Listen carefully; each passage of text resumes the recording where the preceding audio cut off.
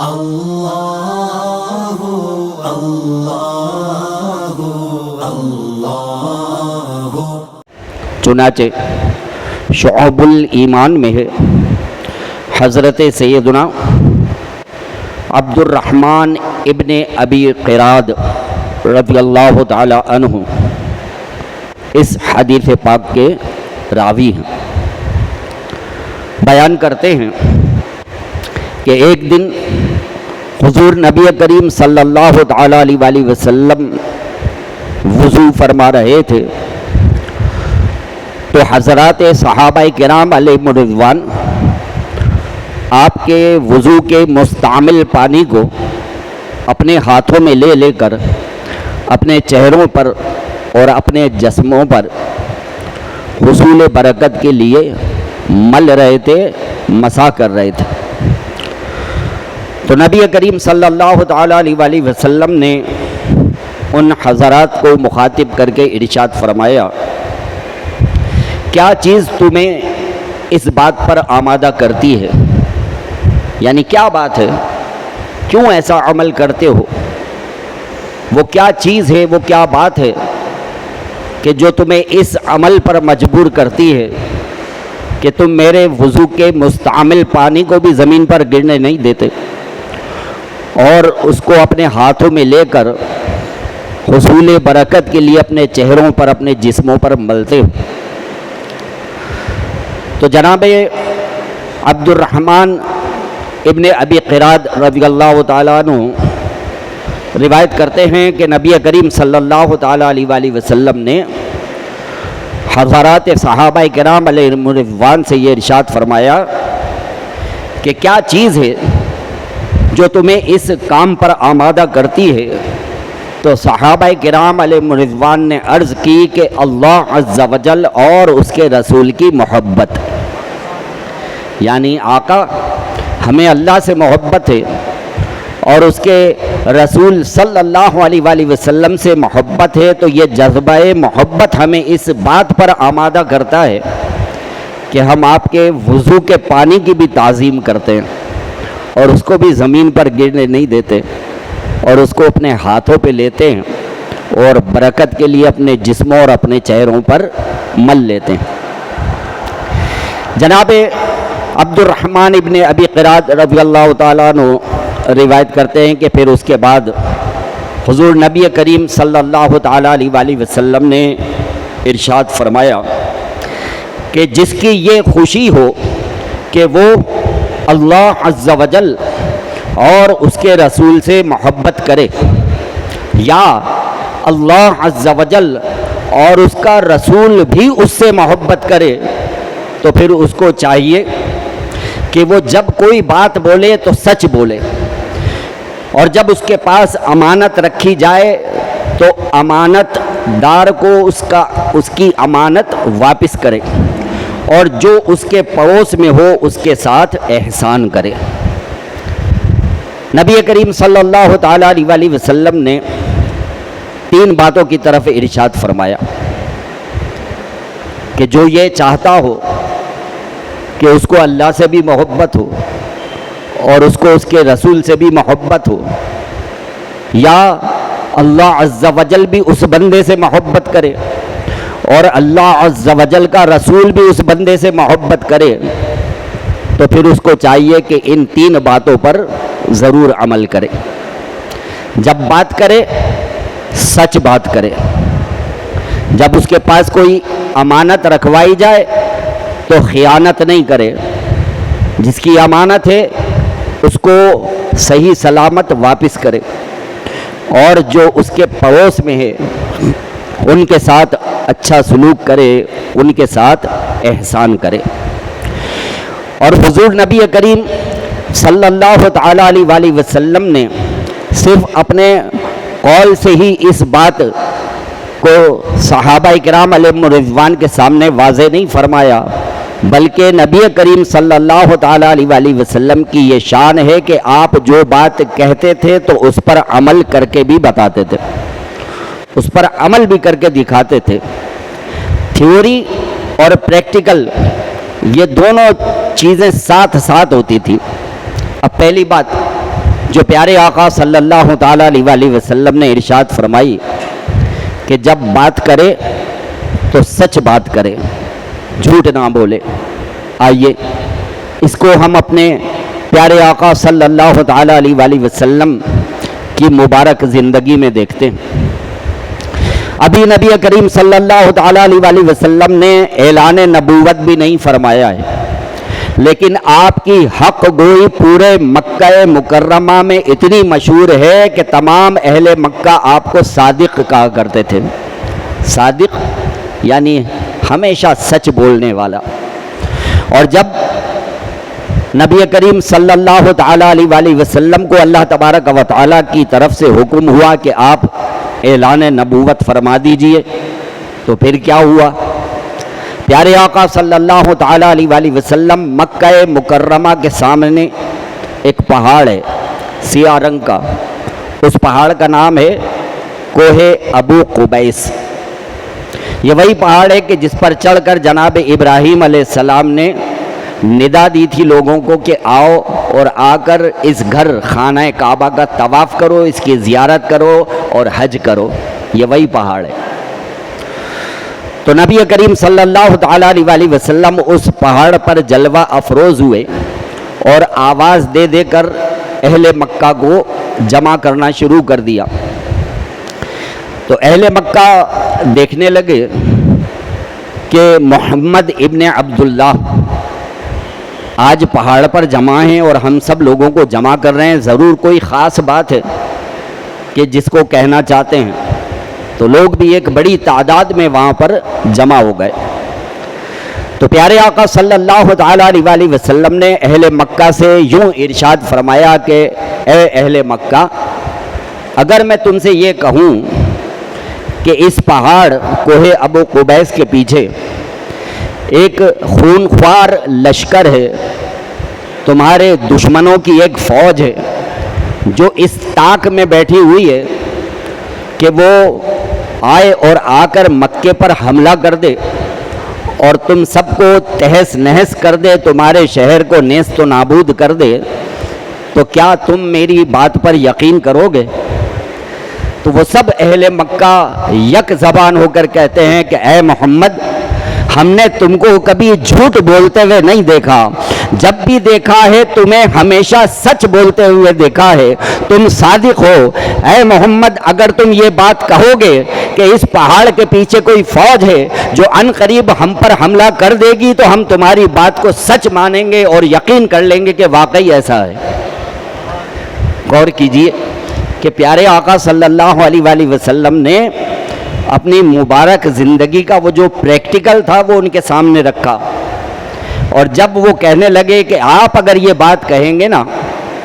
تو ہم مان لیں گے کہ آپ واقعی سچ کہہ رہے ہیں، تو پھر پیارے آقا صلی اللہ علیہ وسلم نے اعلان نبوت فرمایا اور ارشاد فرمایا، سنو، اللہ وحدہ لا شریک لہ ہے،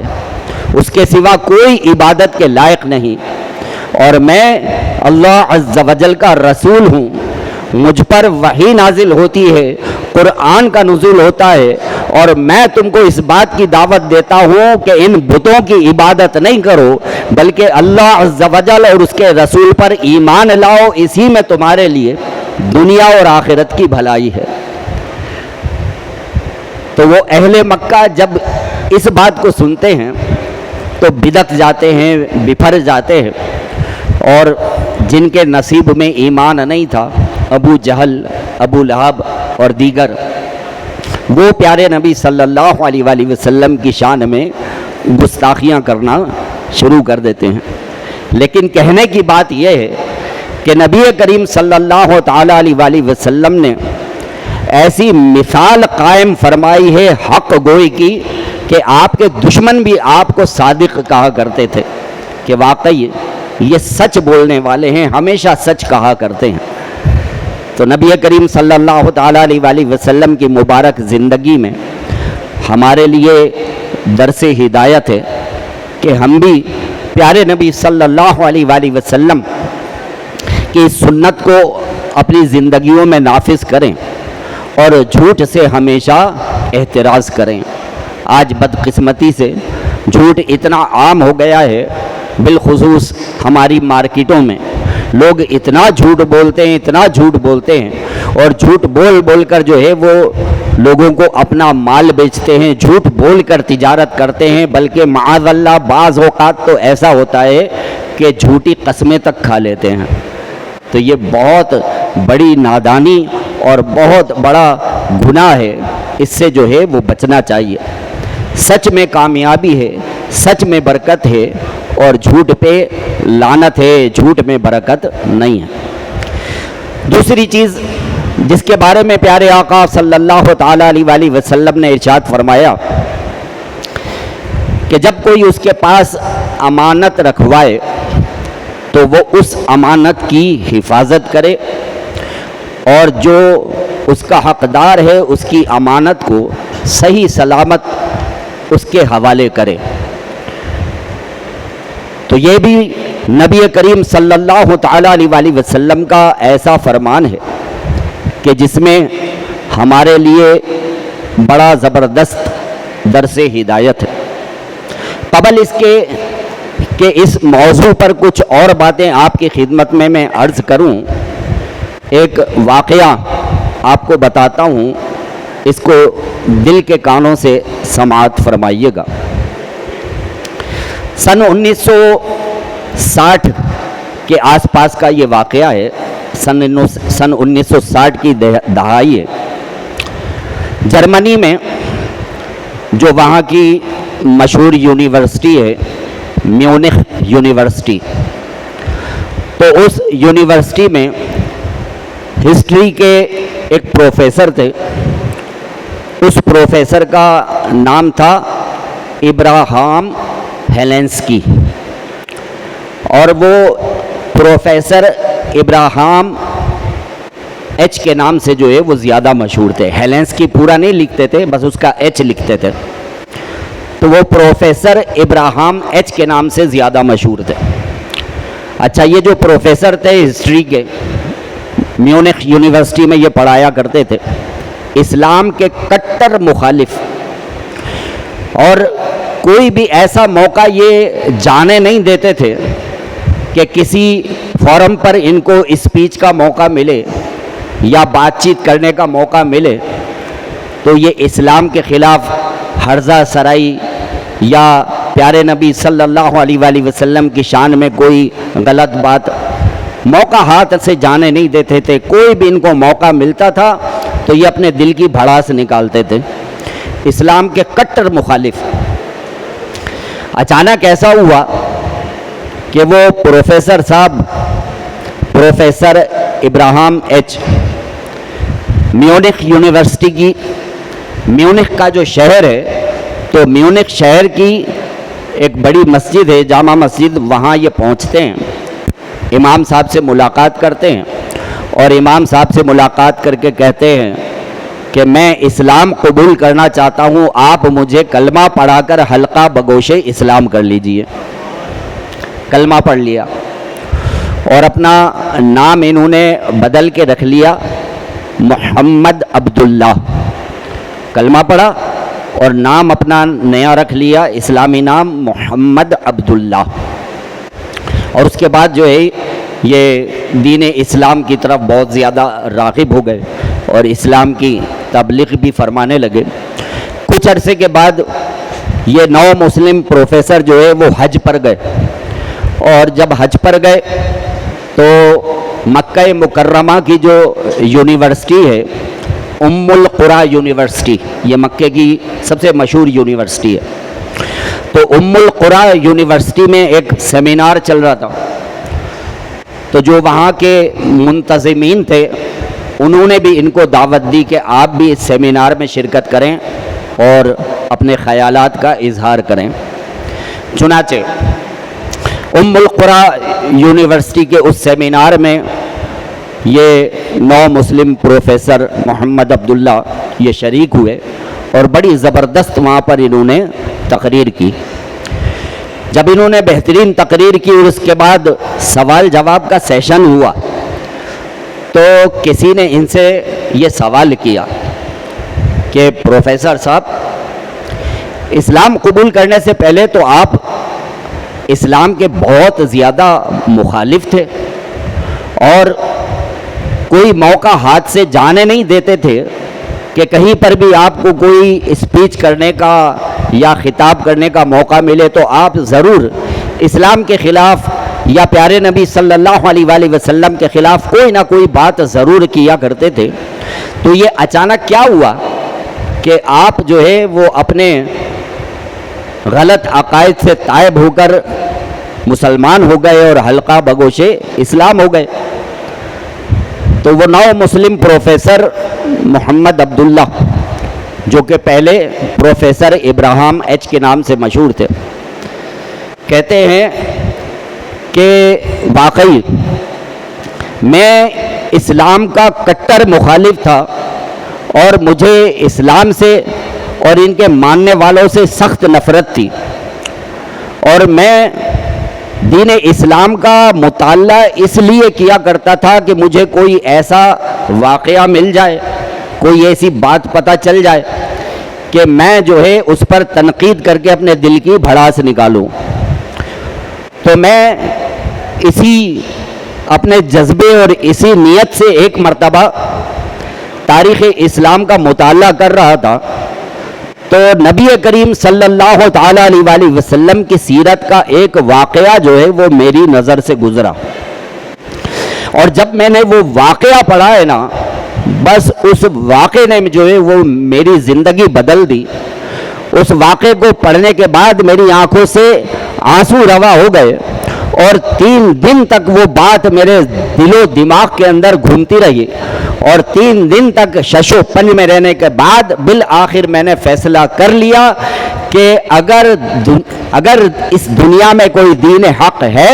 تو وہ صرف اسلام ہے. لہذا میں مسجد میں گیا اور میں نے جا کر کلمہ پڑھا اور مسلمان ہو گیا. پوچھنے والے نے پوچھا کہ پروفیسر صاحب وہ واقعہ کیا تھا، اس واقعے کو بھی بتا دیں تاکہ ہمارے بھی علم میں اضافہ ہو، ہمیں بھی پتہ چلے کہ وہ کون سا ایسا واقعہ تھا کہ جس نے آپ کی زندگی بدل دی اور آپ جو ہے وہ اپنے برے عقائد اور بد مذہبی سے تائب ہو کر حلقہ بگوش اسلام ہو گئے. تو وہ پروفیسر محمد عبداللہ، انہوں نے جو واقعہ بیان کیا ہے اس کو آپ ذرا دل کے کانوں سے سماعت فرمائیے گا کہ وہ کیسا ایمان افروز واقعہ ہے. کہتے ہیں کہ ہجرت کے موقع پر، ہجرت کا یہ واقعہ ہے، تو ہجرت کے موقع پر ایک دن پیارے نبی صلی اللہ تعالیٰ علیہ وآلہ وسلم نے جناب ابو بکر صدیق رضی اللہ تعالیٰ عنہ کو اپنے پاس بلایا اور کہا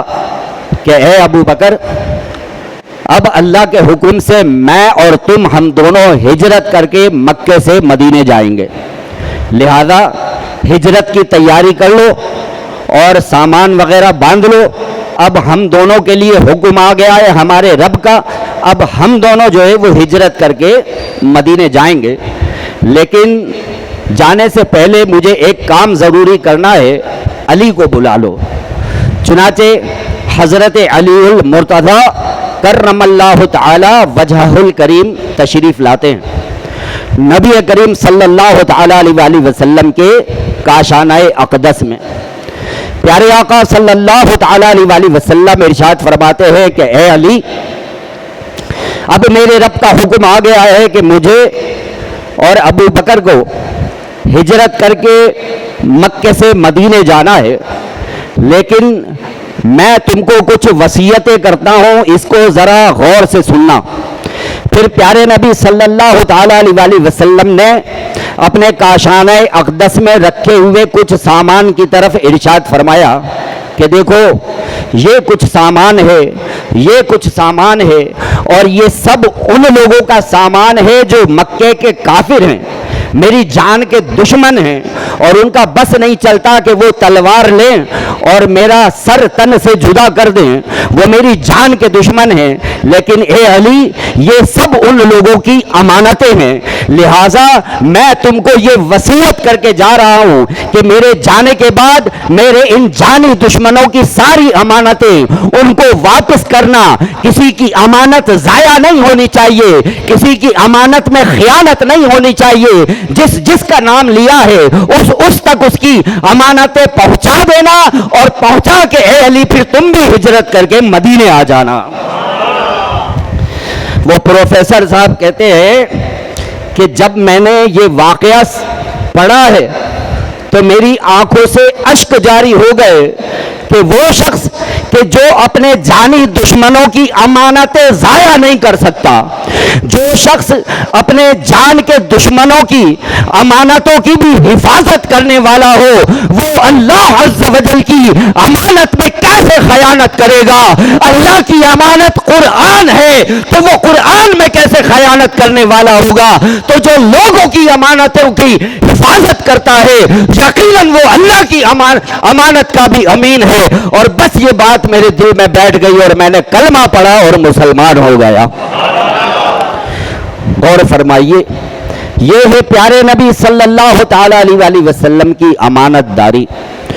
کہ لوگوں کی اس طرح سے آپ نے امانتوں کی حفاظت کی ہے۔ اس میں ہم مسلمانوں کے لیے بھی درس ہدایت ہے۔ آج ہم مسلمانوں کی حالت یہ ہے کہ اپنے مسلمان بھائی کو دھوکہ دینے کا کوئی موقع ہاتھ سے جانے نہیں دیتے۔ اپنے مسلمان بھائیوں کے ساتھ فراڈ کرنا ہو تو فراڈ کرنے کا کوئی موقع ہاتھ سے جانے نہیں دیتے۔ بس جس کا بھی حق ملے مارو، جس کا مال ملے دبا لو، جس کی چیزیں ملے دبا کر کے رکھ لو۔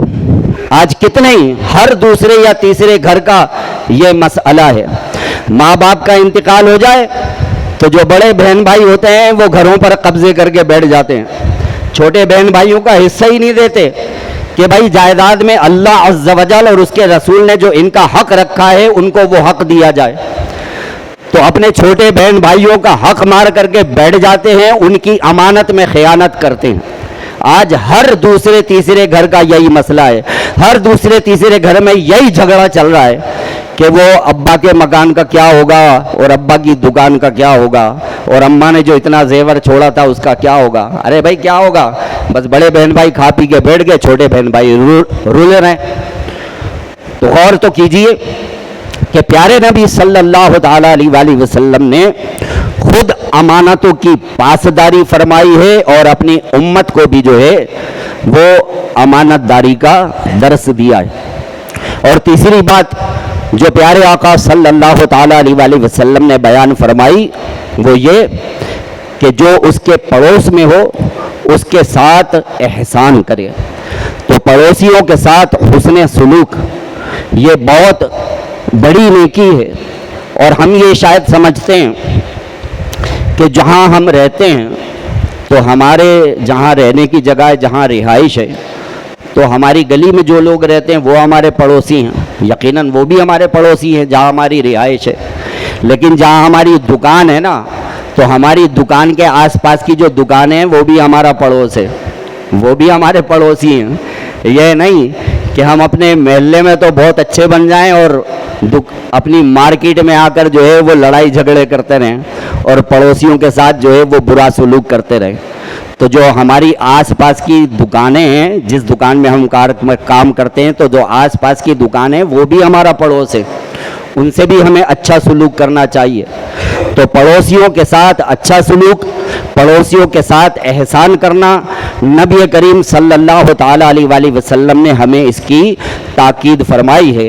اب جو حدیث پاک میں نے آپ کی خدمت میں عرض کی ہے اس کا آخری حصہ ایک مرتبہ پھر آپ کو سناتا ہوں۔ حضرت عبد الرحمن ابن ابی قراد رضی اللہ تعالیٰ عنہ کہتے ہیں کہ نبی کریم صلی اللہ تعالی علیہ وسلم ارشاد فرماتے ہیں کہ جس کو یہ بات پسند ہو کہ وہ اللہ عز و جل یا اس کے رسول سے محبت کرے یا اللہ عز و جل اور اس کا رسول اس سے محبت کرے تو جب بات کرے سچ بات کرے، امانت رکھوائی جائے تو امانت کی حفاظت کرے، اور جو اس کے پڑوس میں ہو اس کے ساتھ حسن سلوک کرے۔ اگر آپ کو یہ ویڈیو پسند آئی ہو تو اس ویڈیو کو لائک کریں، کامنٹس کریں، شیئر کریں اور میرے اس چینل کو سبسکرائب کریں۔ جزاک اللہ خیر۔